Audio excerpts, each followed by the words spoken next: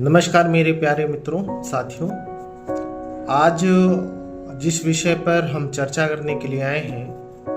हाल फिलहाल में वर्तमान में सर्वाधिक रूप से पूरे देश में चर्चित मुद्दा है और उस चर्चित मुद्दे का नाम है कांचा गाची बोवली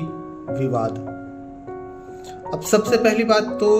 अगर बात किया जाए तो यह बात उठती है कि कांचा गाची बोवली है क्या, और इसे छात्र या नागरिक या आम जनमानस बनाम सरकार की संज्ञा क्यों दी जा रही है, क्यों इसे एक विवाद का मुद्दा माना जा रहा है और सर्वाधिक रूप से पूरे देश में चर्चा में बना हुआ है। तो जब एक पक्ष में सरकार है और दूसरे पक्ष में छात्र और आम जनमानस है, हैदराबाद तेलंगाना का यह मुद्दा सर्वाधिक रूप से वर्तमान में चर्चित है। सबसे पहले हम बात करेंगे कि कांचा गाची बोवली है क्या और क्या मंशा है सरकार की, और दूसरी तरफ आम जनमानस या छात्र संघ या छात्रों का जो ग्रुप है वह क्या समूह चाहता है इसमें। जब हम बात करते हैं कांचा गाची बोवली की, तो हैदराबाद विश्वविद्यालय से जुड़ा हुआ एक 400 एकड़ क्षेत्र में फैला हुआ, विशेषकर से यह एक चारागाह भू क्षेत्र है। एक लंबे समय से इसे चारागाह माना जाता था, क्योंकि कांचा का शब्द ही या शब्द का अर्थ ही तेलुगु भाषा का शब्द है जिसका अर्थ होता है चारागाह। तो एक लंबे समय से विश्वविद्यालय से जुड़ा हुआ और विश्वविद्यालय का भू क्षेत्र कहा जाने वाला यह 400 एकड़ का भूखंड जो चारागाह के रूप में मौजूद था, लेकिन कई दशकों से, लगभग 2 दशक से यह लगातार विकास की धारा में था और शहर का कंक्रीट का जंगल कहा जाने वाला जो शहरी भूखंड है उसका जल इसी क्षेत्र में गिरता था, जिस कारण से धीरे धीरे यह घने वन क्षेत्र या जंगल के क्षेत्र में पनप गया। या यूं कहा जाए कि वर्तमान में यह कांचा गाची बोवली का जो क्षेत्र है यह चारागाह नहीं वन क्षेत्र रह गया, यह वन क्षेत्र में परिवर्तित हो गया, जिस कारण से यहाँ पर विभिन्न प्रकार की प्रजातियां, खास करके अत्यधिक संख्या में पक्षियों की प्रजातियां, स्तनधारियों की प्रजातियां व अन्य सरीसृप की प्रजातियां मौजूद हैं। 2004 से चलने वाला यह विवाद सरकार बनाम विश्वविद्यालय था। विश्वविद्यालय का पूरा अधिकार क्षेत्र था और सरकार इसे अपने अधिकार क्षेत्र में लेना चाह रही थी। 2024 में कोर्ट के फैसले में या अदालतीय विवाद या झगड़े के बाद यह सरकार के पक्ष में आ गई, यानी इस जमीन पर सरकार का अधिकार हो गया। अब मसला ये फंसा कि सरकार के पक्ष में जब यह फैसला आया तो सरकार ने इसे तेलंगाना के विकास और शहरी विकास और अवसंरचना के विकास के लिए TGIIC को नियुक्त कर दिया, यानी तेलंगाना विकास परिषद को नियुक्त कर दिया। अब इस डेवलपमेंट अथॉरिटी को यहाँ पर विकास की बात किया जाने लगा कि इसको साफ करके, भूखंड को बराबर करके इस जगह की नीलामी करना है और नीलामी के साथ शहर का विकास करने का अधिकार क्षेत्र दे दिया गया। यहीं से विवाद का एक बड़ा हिस्सा शुरू होता है। 30 मार्च को सैकड़ों की संख्या में बुलडोजर और भूमि की खदान करने वाली मशीनें वहां पर मौजूद हो गई, पूरे वन क्षेत्र को नष्ट करने लगी, जिस कारण से हिरण, मोर व अन्य विभिन्न प्रकार के पक्षी और प्रजातियां तिलमिला करके भागने लगे या अपने आश्रय स्थल को खोजने लगे। इसी क्रम में अगर बात करते हैं तो झाड़ियों, पेड़ों और झीलों का यह जो विशाल खंड था, शहरी पारिस्थितिकी तंत्र जिसे कहा जा सकता है, जहां पक्षियों और जानवरों की विभिन्न प्रजातियां मौजूद थीं। यहां तक यह माना जाता है कि 220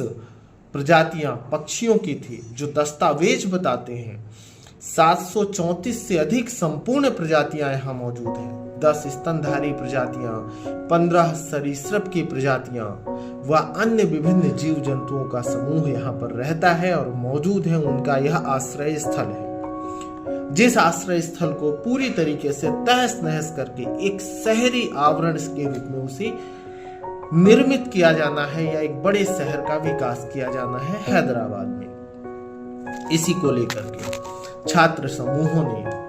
विरोध करना शुरू किया कि एक हरा भरा जंगल पूरी तरीके से नष्ट किया जा रहा है और पक्षियों के विभिन्न प्रकार की प्रजातियां नष्ट की जा रही हैं, अन्य जीव जंतुओं की प्रजातियां नष्ट की जा रही हैं। यहाँ तक कि ऐसे भी साक्ष्य या चीजें मौजूद बताई गई कि कई ऐसे स्पीसीज यहाँ पर मौजूद हैं जो इंडेंजर्ड स्थिति में हैं, यानी विलुप्ति के कगार की तरफ बढ़ रही हैं।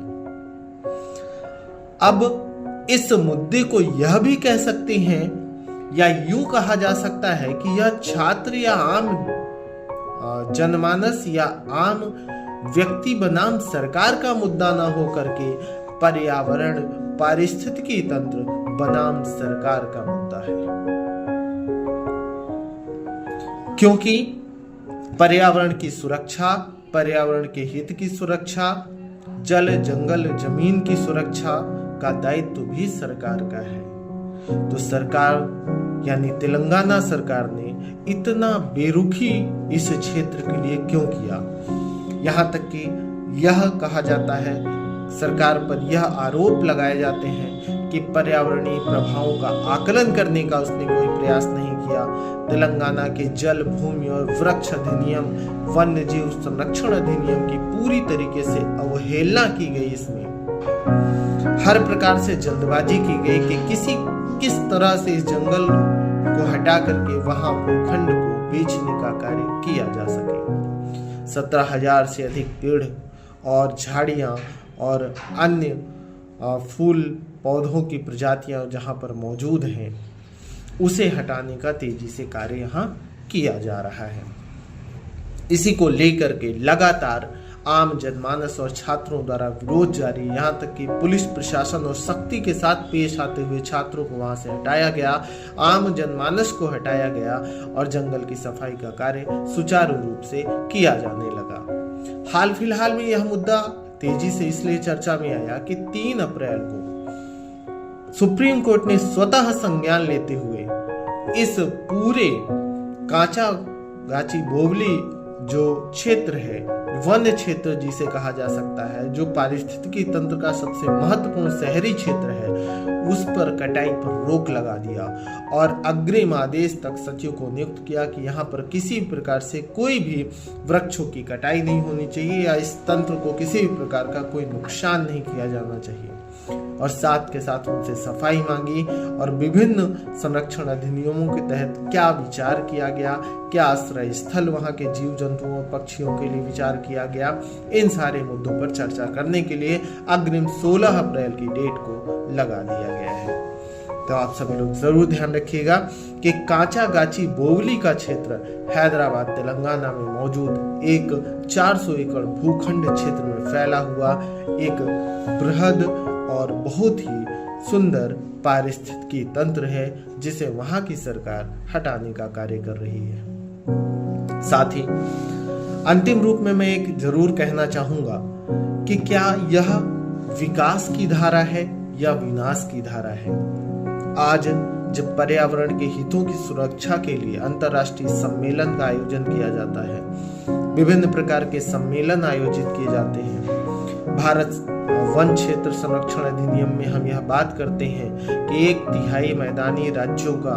आपका वन क्षेत्र होना चाहिए, यहाँ तक कि पहाड़ी क्षेत्रों का 2/3 हिस्सा वन क्षेत्र होना चाहिए। वन्य जीवों की सुरक्षा की हम बात करते हैं, red data list United Nations के द्वारा जारी किया जाता है। तो इन सारी चीजों को ध्यान में रखते हुए हमें अपने विकास की धारा को तभी आगे ले जाना है, उसी प्रकार से आगे ले जाना है जिसमें पर्यावरण का भी विकास सुनिश्चित हो सके, क्योंकि पर्यावरण की सुरक्षा, पर्यावरण का विकास, मानव का विकास और मानव हित के लिए आवश्यक है। अन्यथा विभिन्न प्रकार के भूस्खलन, भूकंप बाढ़ और सूखा जैसी समस्याओं का सामना हमें नित्य करना पड़ेगा। और मानव जीवन तभी बेहतर हो सकता है जब पर्यावरण बेहतर हो, और पर्यावरण में पेड़ पौधे, वृक्षों और पारिस्थितिकी तंत्र की जो विविधता है, जो उसकी सुंदरता है, वह बरकरार रखे। तो मेरा यह मानना है कि इन सारे मुद्दों पर बहुत ही जल्दबाजी में किसी प्रकार का विचार नहीं किया जाना चाहिए और ऐसे रास्ते को चुना जाना चाहिए जिसमें पर्यावरण का जीवन, पारिस्थितिकी तंत्र का जीवन, सभी जीव जंतुओं का जीवन और मानव जीवन सतत रूप से एक साथ आगे बढ़ सके। ऐसा विकास हमें नहीं चाहिए जो किसी के विनाश पर आधारित हो या किसी के विनाश के द्वारा उसकी नींव रखी जानी हो। इस प्रकार का विकास कभी भी विकास नहीं होता है, वह अग्रिम विनाश की एक संकल्पना को जन्म देता है। इसी के साथ इस मुद्दे को हम समाप्त करते हैं, फिर नए मुद्दे के साथ मिलते हैं। तब तक के लिए जय हिंद साथियों।